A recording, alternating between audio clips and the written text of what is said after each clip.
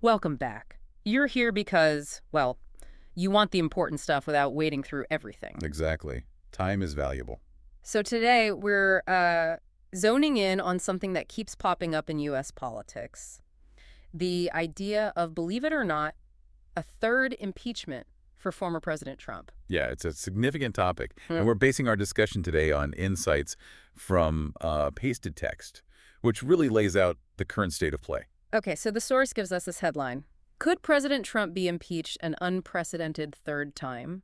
The GOP aims to energize its base, while Democrats say it isn't off the table. Let's try and unpack that a bit. Well, the first thing that jumps out is how the idea of impeachment itself seems to be used strategically. Strategically, how so for the GOP side? For the GOP, the source suggests just bringing it up can be a tool, a way to rally their supporters. Ah, right, like tapping into feelings that are already there. Precisely. Yeah. It can create this sense of urgency, maybe a feeling of being under attack, which helps unify the base. It might not even be about an active impeachment push right now. So it's about the discourse around impeachment as much as the act itself. It seems that way, according to the source. Leveraging the concept for political gain, for momentum. Which makes you wonder, I mean, is impeachment changing? Is it becoming less purely constitutional accountability and more, well, a political tool, a rallying point? That's a really central question, isn't it? And the source highlights the potential implications of that shift. Okay, so what about the other side? The Democrats. The headline says they're not ruling it out. Right. And their stance, refusing to dismiss a third impeachment, well, it signals their ongoing position on the former president's actions. So it keeps the possibility sort of alive. Exactly. It serves as a reminder of their viewpoint, potentially motivates their base, and maybe acts as a kind of warning or check on future behavior. Interesting. So one side is maybe using the idea strategically, while the other is keeping the actual option on the table based on past events or potential future ones. That seems to be the dynamic presented.